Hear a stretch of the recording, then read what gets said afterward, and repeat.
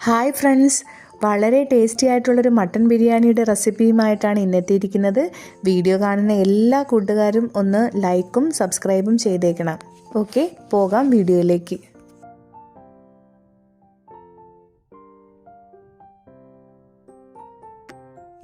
ആദ്യം തന്നെ കഴുകി വൃത്തിയാക്കി വെച്ചിരിക്കുന്ന മട്ടനിലേക്ക് കുറച്ച് ഇഞ്ചി, വെളുത്തുള്ളി, പച്ചമുളക് പേസ്റ്റ് ചേർത്ത് കൊടുക്കുക. കുറച്ച് സവോളയും കൂടെ ചേർത്ത് നന്നായിട്ടൊന്ന് പെരവി ഒരു 2 മണിക്കൂർ അല്ലെങ്കിൽ ഒരു മണിക്കൂർ ഒന്ന് റെസ്റ്റ് ചെയ്യാൻ വെക്കുക.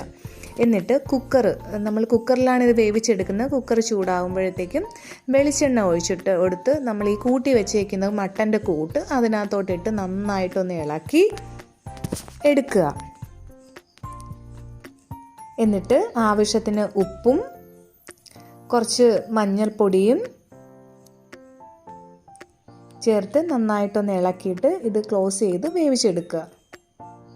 ഓക്കെ, എന്നിട്ട് ഞാനിവിടെ ഒരു പാൻ ഒന്ന് ചൂടാക്കി കുറച്ച് നെയ്യ് ചേർക്കുന്നുണ്ട്.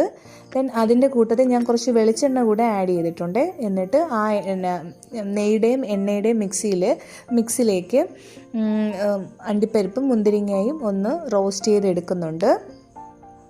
ദെൻ അത് കഴിഞ്ഞ് സവോള അരിഞ്ഞത് വറുത്തെടുക്കുന്നുണ്ട്. അത് ഈ എണ്ണയിലിട്ട് നല്ല കൂടിയ ഫ്ലെയിമിൽ തന്നെ ഇട്ട് നന്നായിട്ട് വറുത്തെടുക്കുക. ഇവിടെ ഞാൻ ജീരകശാല അരിയാണ് എടുത്തിരിക്കുന്നത്.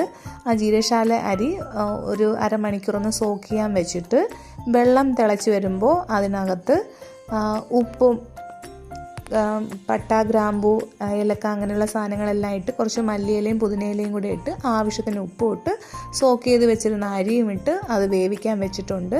തന്നെ ഇവിടെ ഇപ്പുറത്തെ കുക്കറിനകത്തോട്ട് ഞാൻ കുറച്ച് വറുത്ത സവോളയും അതുപോലെ തന്നെ ഗരം മസാല ഐറ്റംസും തക്കാളിയും എല്ലാം ചേർത്ത് കൊടുക്കുന്നുണ്ട്. എന്നിട്ട് ലാസ്റ്റ് കുറച്ച് മല്ലിയിലയും പുതിനയിലയും കൂടെ ചേർത്ത് വീണ്ടും അതൊന്ന് വേവാൻ വേണ്ടി വെച്ചിട്ടുണ്ട്. മട്ടൻ നന്നായിട്ട് വെന്ത് വന്നിട്ടുണ്ട്. നമ്മളിവിടെ ദമ്മിടാൻ പോവുകയാണ്. ആ ചോറ് വെച്ച പാത്രത്തിനകത്ത് തന്നെ അടിയിൽ മസാലയും മുകളിൽ ചോറും ഇട്ടു. എന്നിട്ട് മുകളിൽ നമ്മൾ കുറച്ച് നെയ്യ് ഒഴിച്ചു. ദെൻ നമ്മൾ റോസ്റ്റ് ചെയ്ത് വെച്ച സവോള ഇട്ട് കൊടുത്തു. ദെൻ മല്ലിയില പുതിനയില മിക്സും അണ്ടിപ്പരിപ്പ് മുന്തിരിങ്ങയുടെയും വറുത്ത് വെച്ച മിക്സും എല്ലാം ചേർത്ത് കൊടുത്തിട്ടുണ്ട്. ദെൻ ഇനി ഒരു അരമണിക്കൂർ നമ്മളൊരു ലോ ഫ്ലെയിമിലിട്ട് ദമ്മിട്ടെടുത്ത് കഴിഞ്ഞാൽ വളരെ ടേസ്റ്റി ആയിട്ടുള്ള മട്ടൻ ബിരിയാണി റെഡി ആയിട്ടുണ്ട്. ഒരു വെറൈറ്റി രീതിയിൽ വെച്ചാതാണ്. എല്ലാവരും ഒന്ന് ട്രൈ ചെയ്ത് നോക്കണം.